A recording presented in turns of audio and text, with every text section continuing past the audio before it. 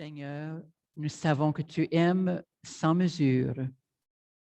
Toi qui n'as pas refusé ton propre Fils, mais qui l'as livré pour sauver tous les humains.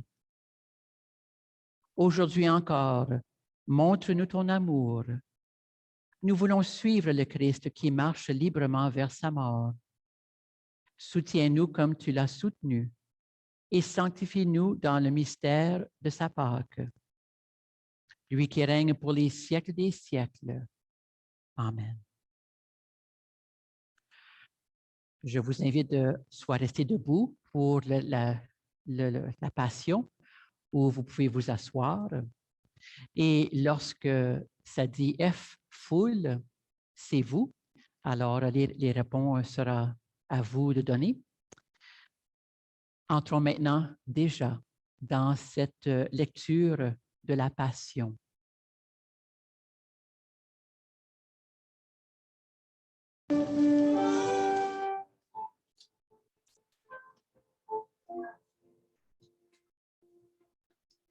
Christ mort pour nos péchés, Christ ressuscité pour notre vie.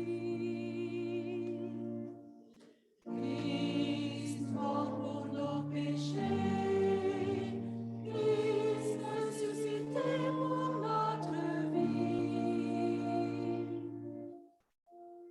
Pour nous, le Christ s'est fait obéissant jusqu'à la mort, et la mort sur une croix.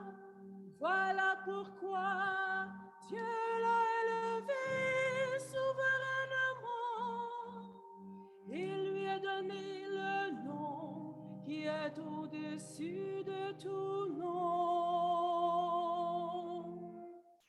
Christ mort pour nos péchés, Christ ressuscité pour notre vie.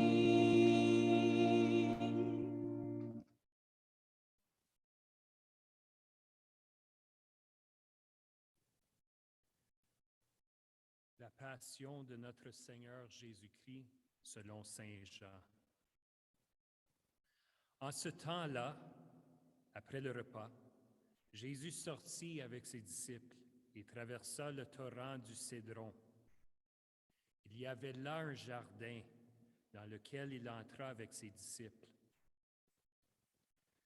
Judas, qui le livrait, connaissait l'endroit lui aussi, car Jésus et ses disciples s'y étaient souvent réunis. Judas, avec un détachement de soldats, ainsi que des gardes employés par les grands prêtres et les pharisiens, arrive à cet endroit. Il avait des lanternes, des torches et des armes.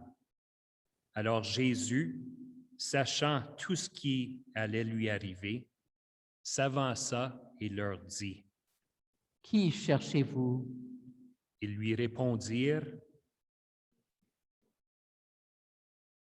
Il leur dit: Puis, Judas, qui le livrait, se tenait avec eux. Quand Jésus leur répondit: C'est moi, je le suis, ils reculèrent, ils tombèrent à terre. Il leur demanda de nouveau. qui cherchez-vous? Ils dirent. Jésus répondit: C'est moi, je le suis. Si c'est bien moi que vous cherchez, ceux-là, laissez-les partir. Ainsi s'accomplissait la parole qu'il avait dite: Je n'ai perdu aucun de ceux que tu m'as donnés. Or, Simon-Pierre avait une épée. Il la tira, frappa le serviteur du grand prêtre et lui coupa l'oreille droite. Le nom de ce serviteur était Malchus. Jésus dit à Pierre: Remets ton épée au fourreau. La coupe que m'a donnée le Père, vais-je refuser de la boire?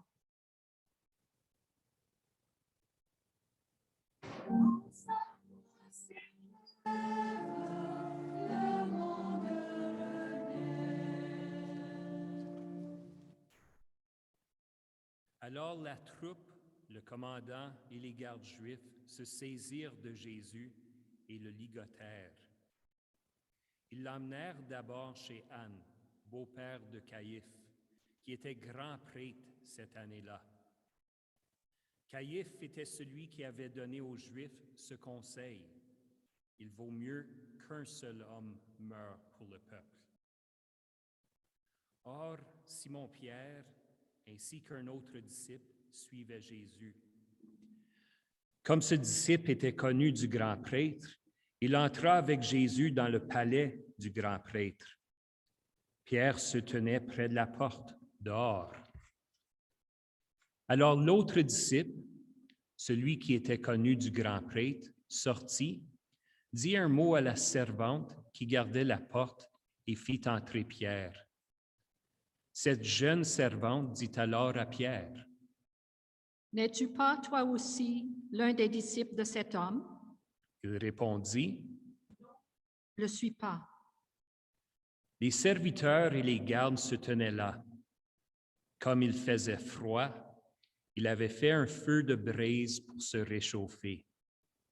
Pierre était avec eux, en train de se chauffer. Le grand prêtre interrogea Jésus sur ses disciples et sur son enseignement. Jésus lui répondit: Moi, j'ai parlé au monde ouvertement. J'ai toujours enseigné à la synagogue et dans le temple, là où tous les Juifs se réunissent, et je n'ai jamais parlé en cachette. Pourquoi m'interroges-tu? Ce que je leur ai dit, demande-le à ceux qui m'ont entendu. Eux savent ce que j'ai dit. À ces mots, un des gardes qui était à côté de Jésus lui donna une gifle en disant: « C'est ainsi que tu réponds au grand prêtre? » Jésus lui répliqua: J'ai mal parlé, montre ce que j'ai dit de mal. Mais si j'ai bien parlé, pourquoi me frappes-tu? Anne l'envoya, toujours ligoté au grand prêtre Caïphe.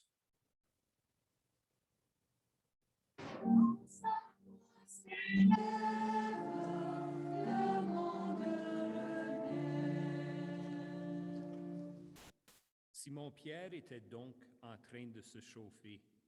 On lui dit: L'un de ses disciples.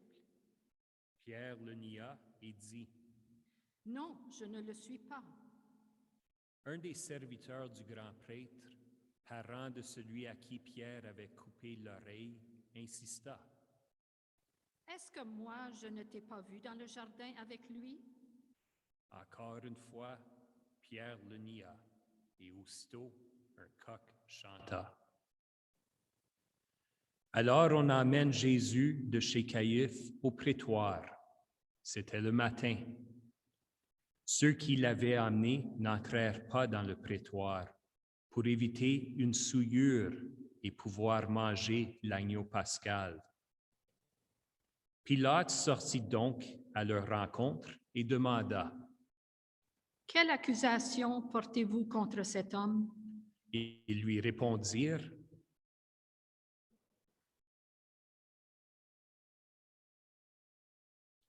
Pilate leur dit: Prenez-le vous-même et jugez-le suivant votre loi. Les Juifs lui dirent: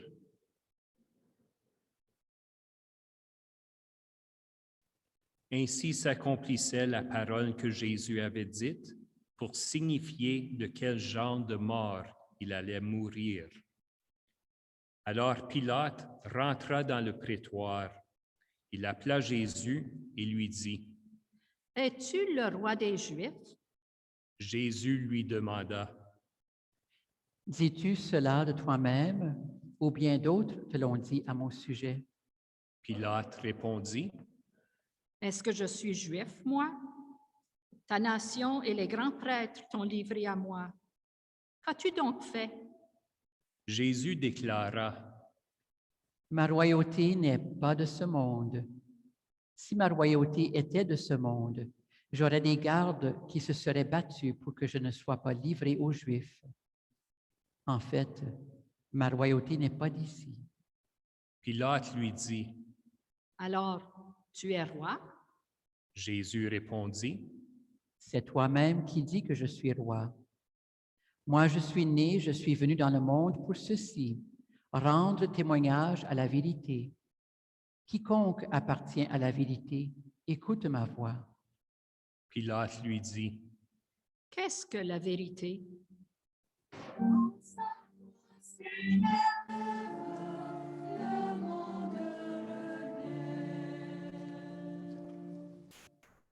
ayant dit cela, il sortit de nouveau à la rencontre des Juifs.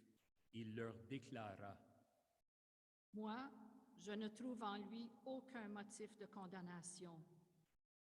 Mais chez vous, c'est la coutume que je vous relâche quelqu'un pour la Pâque.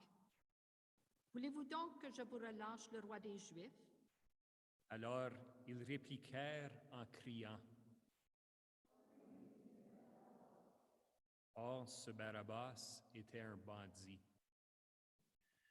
Alors Pilate fit saisir Jésus pour qu'il soit flagellé. Les soldats tressèrent avec des épines une couronne qu'ils lui posèrent sur la tête, puis le revêtirent d'un manteau pourpre. Il s'avança vers lui et il disait, et il le giflait.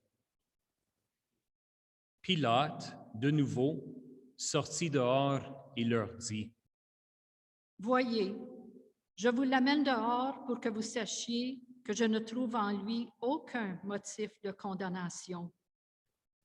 Jésus donc sortit dehors, portant la couronne d'épines et le manteau pourpre.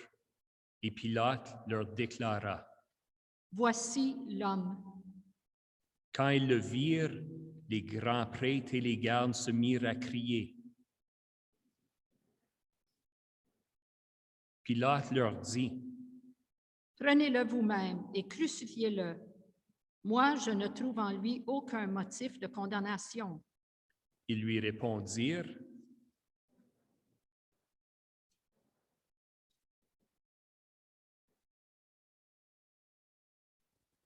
quand Pilate entendit ces paroles, il redoubla de crainte. Il rentra dans le prétoire et dit à Jésus, D'où es-tu? Jésus ne lui fit aucune réponse. Pilate lui dit alors, Tu refuses de me parler à moi? Ne sais-tu pas que j'ai pouvoir de te relâcher et pouvoir de te crucifier? Jésus répondit,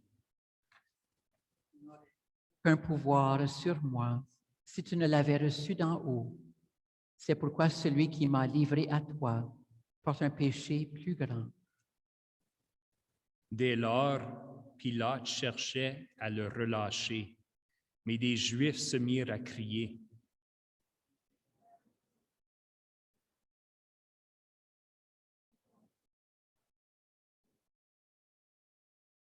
en entendant ces paroles, Pilate amena Jésus au dehors. Il le fit asseoir sur une estrade au lieu dit le dallage, en hébreu Gabbatha. C'était le jour de la préparation de la Pâque, vers la 6e heure, environ midi. Pilate dit aux Juifs, Voici votre roi. alors ils crièrent. Pilate leur dit, Vais-je crucifier votre roi? les grands prêtres répondirent,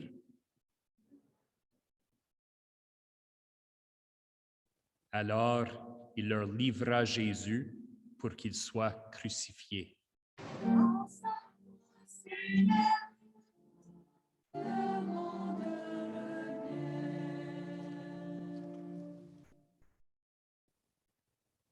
Ils se saisirent de Jésus et lui-même, portant sa croix, sortit en direction du lieu dit le crâne ou calvaire, qui se dit en hébreu Golgotha. C'est là qu'ils le crucifièrent et 2 autres avec lui, un de chaque côté et Jésus au milieu. Pilate avait rédigé un écriteau qu'il fit placer sur la croix. il était écrit « Jésus le Nazaréen, roi des Juifs ». Beaucoup de Juifs lurent cet écriteau parce que l'endroit où l'on avait crucifié Jésus était proche de la ville et que c'était écrit en hébreu, en latin et en grec. Alors les grands prêtres des Juifs dirent à Pilate,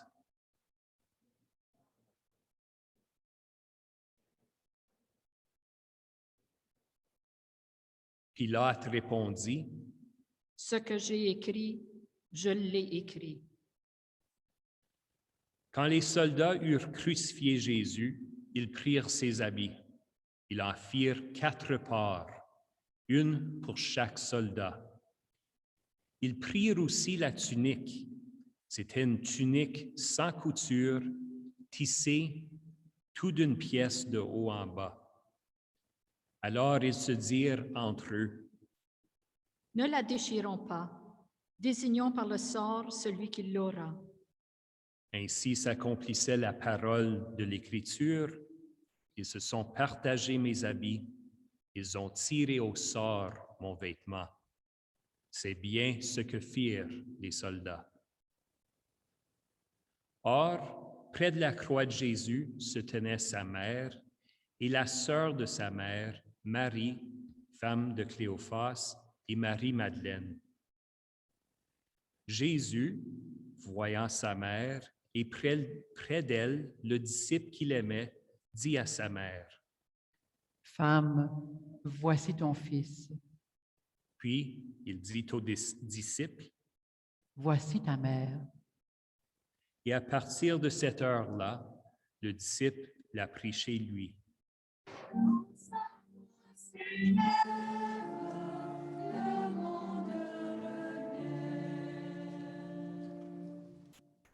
Après cela, sachant que tout désormais était achevé, pour que l'Écriture s'accomplisse jusqu'au bout, Jésus dit, « J'ai soif. »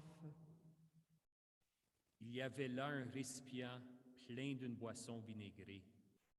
On fixa donc une éponge remplie de ce vinaigre à une branche d'hysope, et on l'approcha de sa bouche.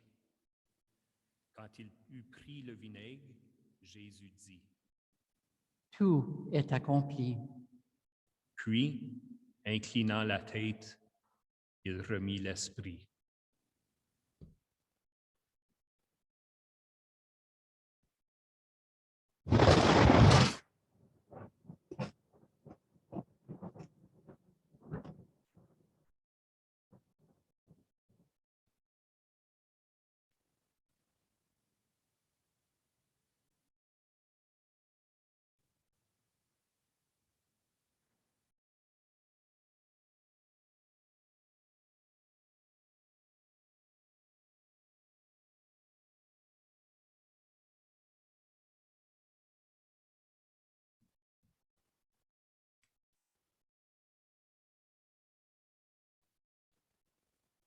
Comme c'était le jour de la préparation, c'est-à-dire le vendredi, il ne fallait pas laisser les corps en croix durant le sabbat, d'autant plus que ce sabbat était le grand jour de la Pâque.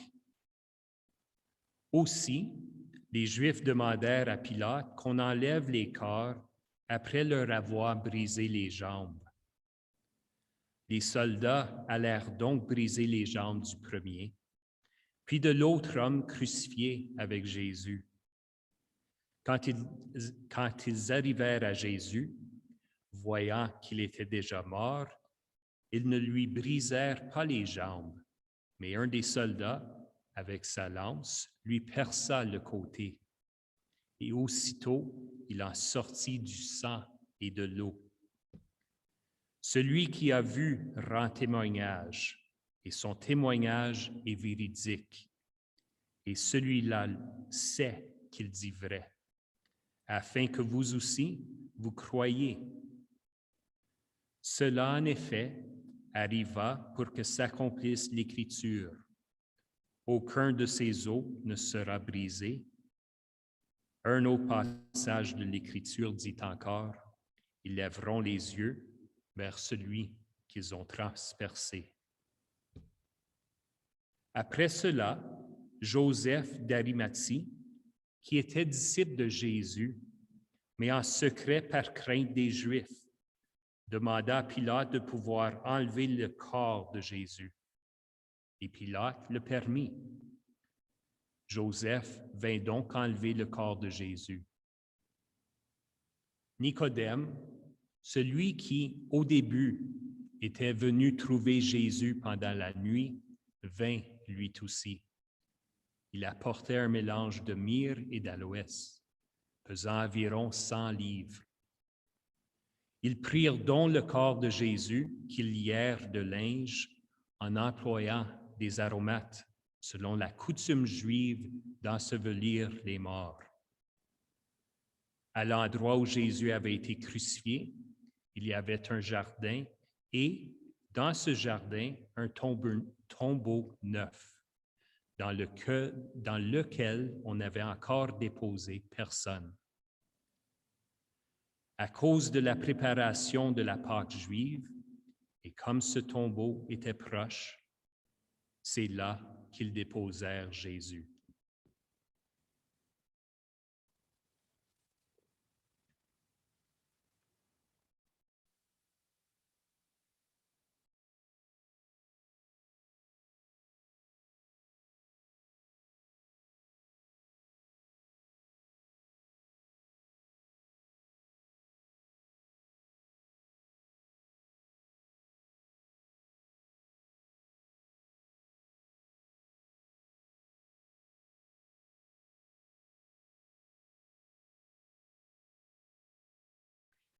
Le coup de tonnerre m'a surpris.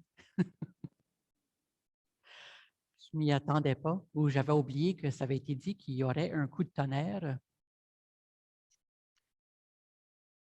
Ça rend certainement l'expérience plus dramatique. La passion du Christ, le chemin de croix, c'est quelque chose de dramatique. Mais ce que le Seigneur Jésus fait aussi et ce qu'il dit est également dramatique. Encore une fois, des paroles ou des gestes qu'on ne s'y attend pas. Et pourtant, nous avons souvent à nous rappeler que le Seigneur aime nous surprendre. Nous surprendre pour éveiller quelque chose en nous. Ou s'assurer qu'on ne passe pas à côté d'une chose, d'une expérience, d'un événement, sans y porter attention.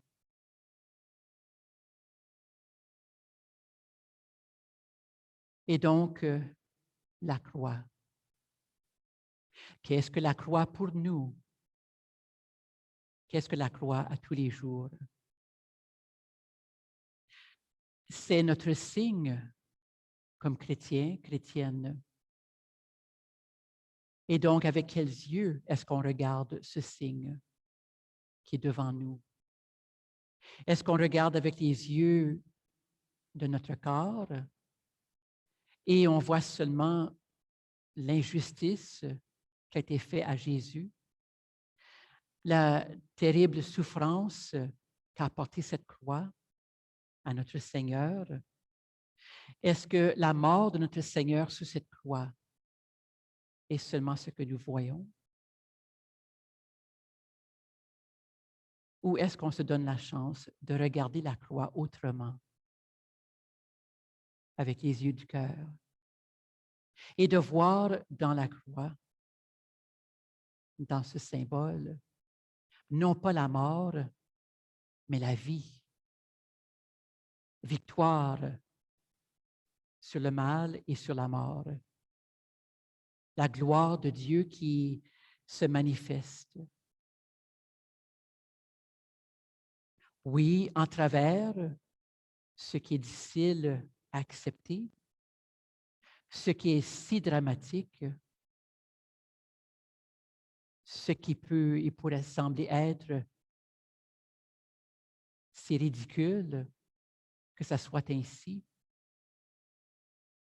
Mais notre Seigneur, qui est devenu humain comme nous, qui a pris chair parmi nous, qui a voulu vivre avec nous, prend sur lui toutes les expériences humaines, les bonnes expériences comme les mauvaises, les meilleurs temps comme les pires temps, pour comprendre notre condition, pour que nous puissions savoir que nous pouvons toujours tourner à lui, lui qui nous comprend, lui qui sait ce que c'est, la vie humaine, avec ses hauts et ses bas. La vie humaine qui nous est donnée pour un certain temps, qui est si précieuse, et que ça peut se terminer si vite. Terminer? Non. La vie qui va toujours continuer, qui va toujours reprendre. Le signe de la croix nous invite à voir au-delà de ce qui s'est passé à Jésus il y a très longtemps, sur le calvaire, mais de voir que par lui et avec lui et par cette croix, nous comprenons tout. Nous comprenons que Dieu est à l'œuvre, que Dieu est à l'œuvre pour nous et il le sera toujours. En travers Jésus de dire, ben, prenez Marie comme exemple. Prenez Marie qui s'est tenue debout près de la croix, qui a fait face à tout avec son Fils, et que Marie nous prend comme ses enfants. Marie est là pour nous protéger, pour nous aider à comprendre, pour nous aider à entreprendre notre quotidien avec force, conviction, avec foi.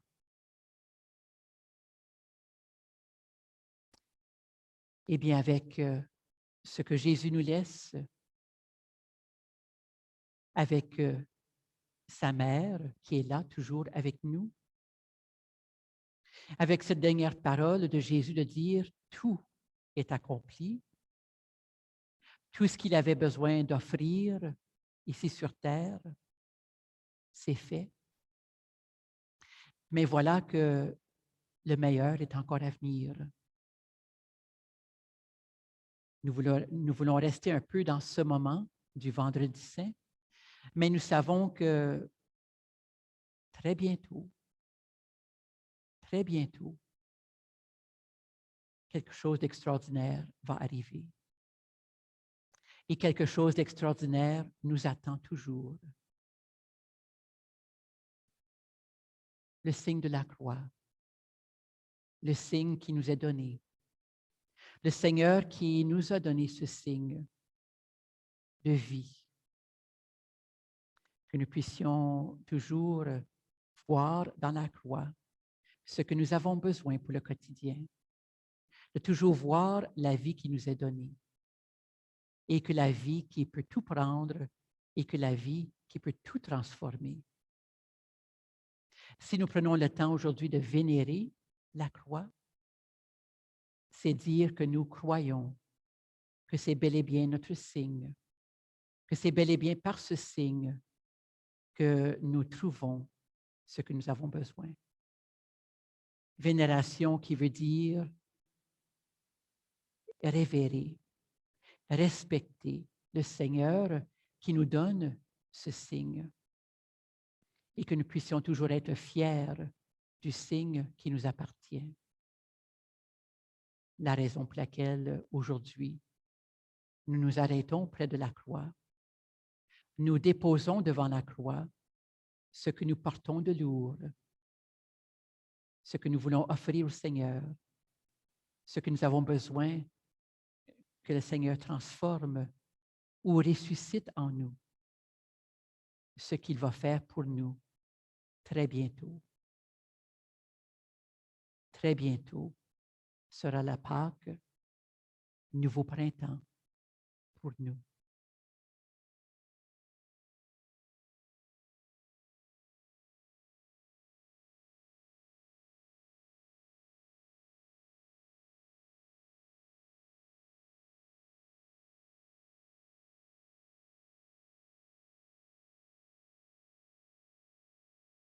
Debout, s'il vous plaît.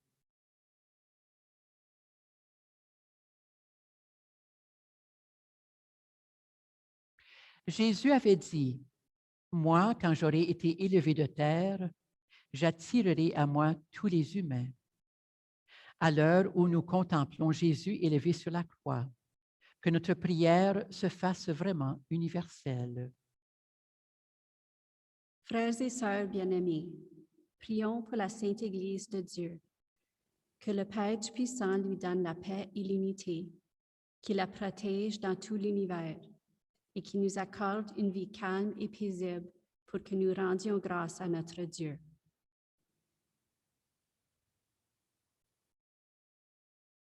Prions le Seigneur. Dieu éternel et tout-puissant, dans le Christ, tu as révélé ta gloire à tous les peuples. Protège l'œuvre de ton amour, afin que ton Église répandue par tout l'univers demeure inébranlable dans la foi pour proclamer ton nom. Par Jésus le Christ, notre Seigneur. Amen. Amen. Prions pour notre Saint-Père, le Pape François, élevé par Dieu notre Seigneur à l'ordre épiscopal, qu'il le garde saint et sauf à son Église pour gouverner le peuple de Dieu. Prions le Seigneur. Dieu éternel et tout-puissant, dont la sagesse organise toutes choses, daigne écouter notre prière. Protège avec amour le pape que tu as choisi, afin que sous la conduite de ce pasteur, le peuple chrétien que tu gouvernes progresse toujours dans la foi. Par Jésus le Christ, notre Seigneur. Amen. Prions pour notre évêque Albert, pour les évêques, les prêtres, les diacres, pour toutes les personnes qui remplissent des ministères dans l'Église et pour l'ensemble du peuple des croyants. Prions le Seigneur.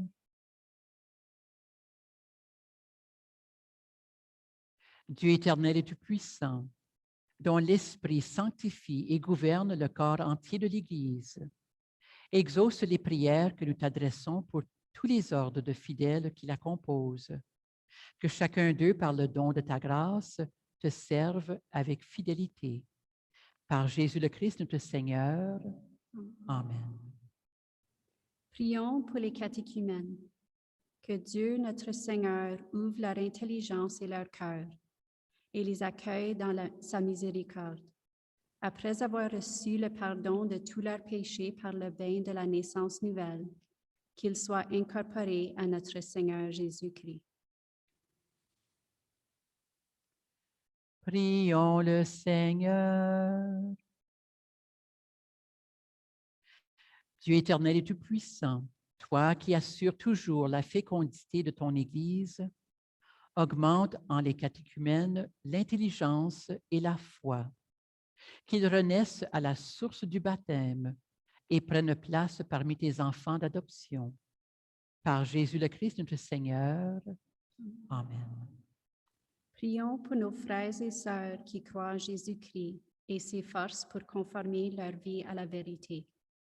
Demandons au Seigneur notre Dieu de les rassembler et de les garder dans l'unité de son Église. Prions le Seigneur. Dieu éternel et tout-puissant, toi qui rassembles ce qui est dispersé et qui fais l'unité de ce que tu rassembles, regarde avec amour l'Église de ton Fils, Nous te prions d'unir dans la totalité de la foi et par le lien de la charité tous ceux et celles qu'un seul baptême a consacrés. Par Jésus le Christ, notre Seigneur. Amen.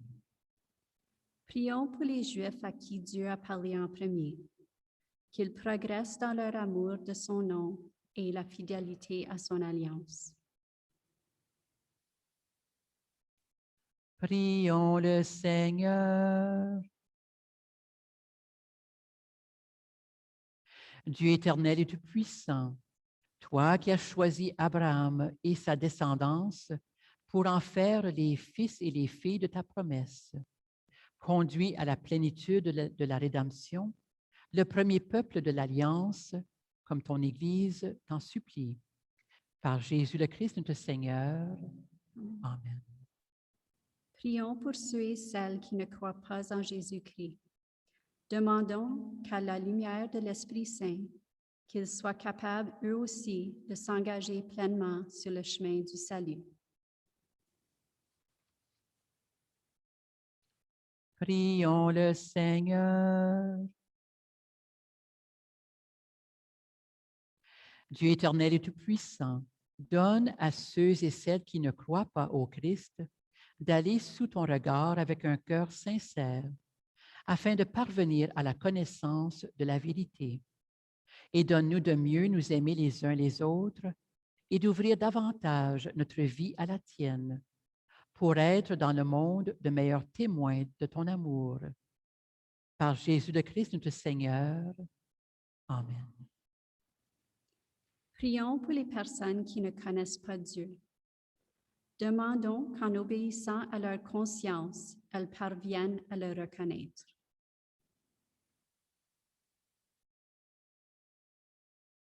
Prions le Seigneur. Dieu éternel et tout-puissant, toi qui as créé les hommes et les femmes pour qu'ils te cherchent de tout leur cœur et que celui-ci s'apaise en te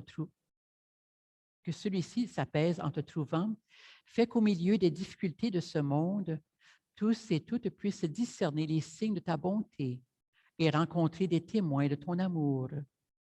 Qu'ils aient le bonheur de te reconnaître, toi le seul vrai Dieu et le Père de tous les humains. Par Jésus le Christ, notre Seigneur. Amen. Prions pour les chefs d'État et tous les responsables des affaires publiques. Que le Seigneur notre Dieu dirige leur esprit et leur cœur selon sa volonté pour la paix et la liberté de tous. Prions le Seigneur. Dieu éternel et tout-puissant, toi qui tiens en ta main le cœur de l'être humain et garantis les droits des peuples, viens en aide à ceux et celles qui exercent le pouvoir, que partout sur la terre s'affermissent avec ta grâce la sécurité et la paix, la prospérité des nations et la liberté religieuse. Par Jésus le Christ, notre Seigneur. Amen. Frères et sœurs bien-aimés, prions Dieu le Père Tout-Puissant d'avoir pitié des hommes et des femmes dans l'épreuve, qu'il débarrasse le monde de toute erreur, qu'il chasse les épidémies et repousse la famine, qu'il vide les prisons et délivre les captifs, qu'il protège ceux qui voyagent, qu'il ramène chez eux les exilés, qu'il donne la force aux malades et accorde le salut aux mourants.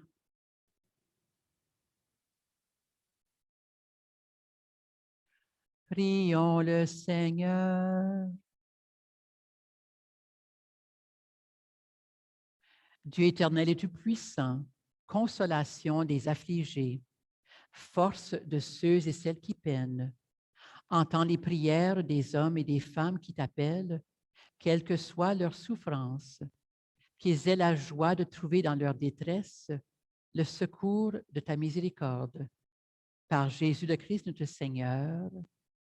Amen. Veuillez vous asseoir, s'il vous plaît.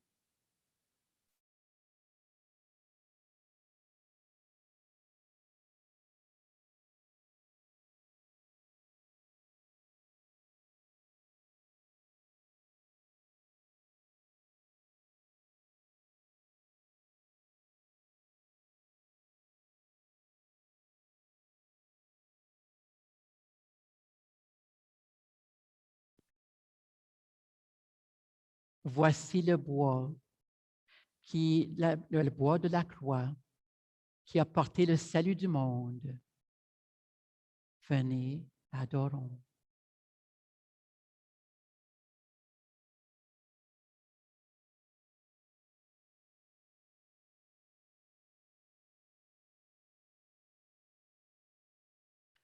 Voici le bois de la croix, qui a porté le salut du monde.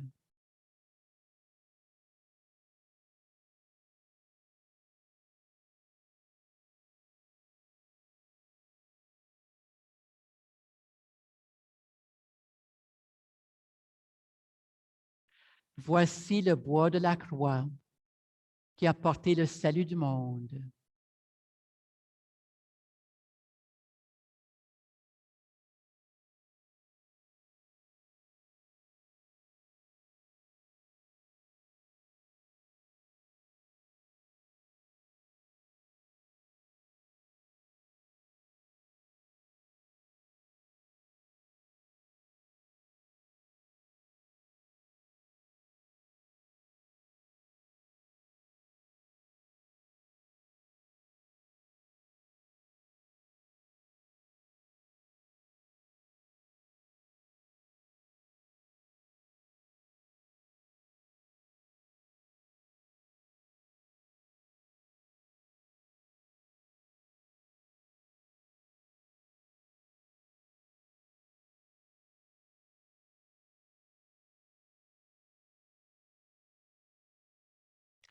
Frères et sœurs bien-aimés, je vous invite maintenant de vous approcher de la croix, de filer devant la croix, de prendre le temps qu'il faut comme individu ou comme couple, comme famille, de s'approcher de la croix, de passer un petit moment et ensuite de retourner à vos bancs.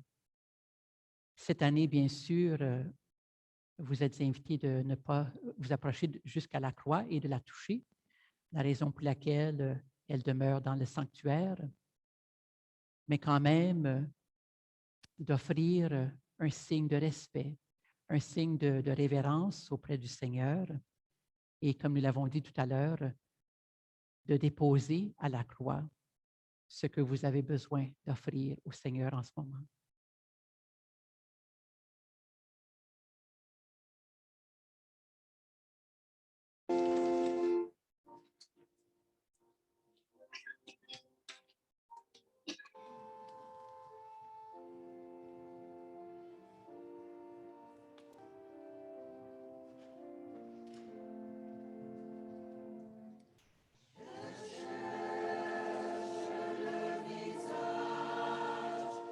Le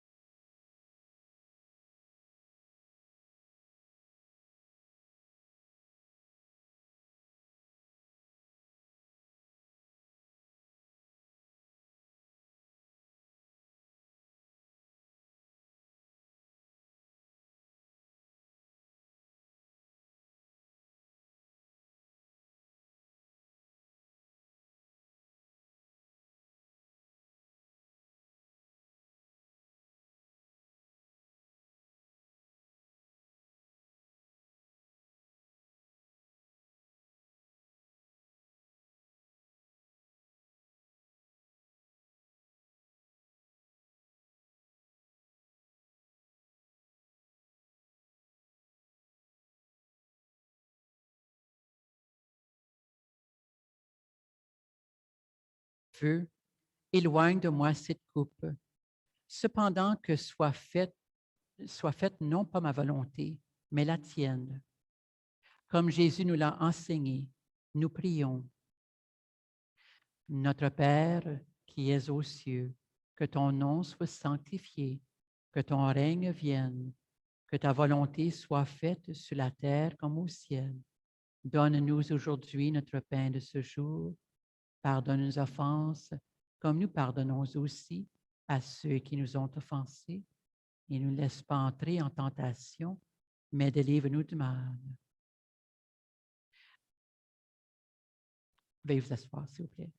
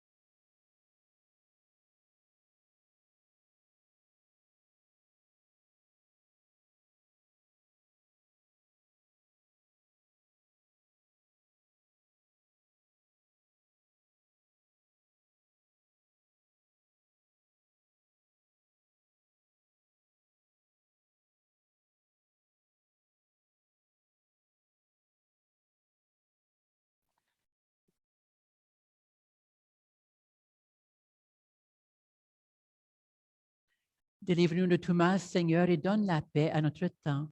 Par ta miséricorde, libère-nous du péché. Rassure-nous devant les épreuves en cette vie, où nous espérons le bonheur que tu promets et l'avènement de Jésus-Christ, notre Sauveur.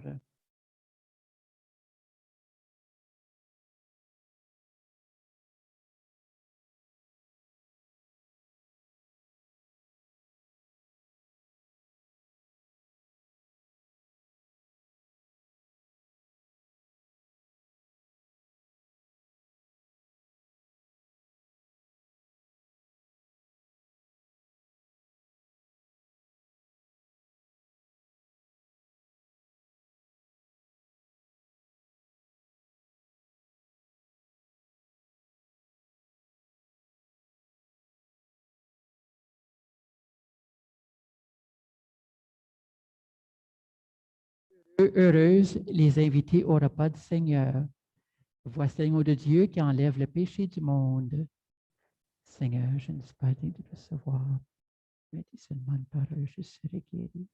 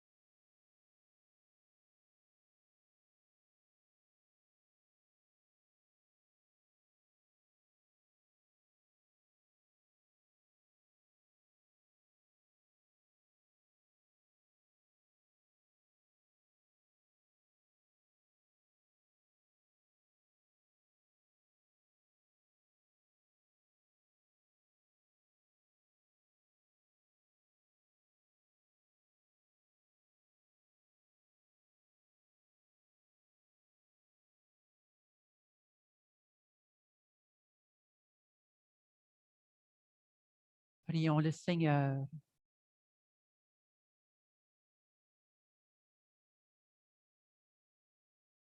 Dieu de puissance et de miséricorde, toi qui nous as renouvelés par la mort et la résurrection de ton Christ, entretiens en nous l'œuvre de ton amour, que notre communion à ce mystère consacre notre vie à ton service.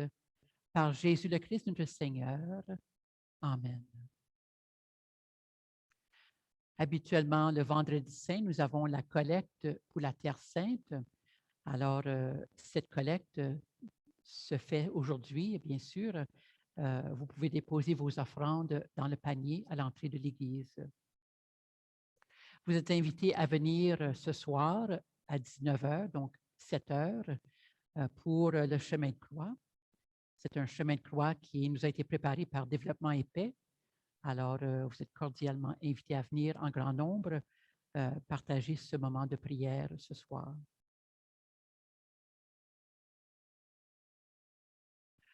Que ta bénédiction, Seigneur, descende avec abondance sur ton peuple qui a célébré la mort de ton Fils dans l'espérance de sa propre résurrection. Accorde-lui pardon et réconfort, augmente sa foi, assure son éternelle rédemption. Par le Christ notre Seigneur. Amen.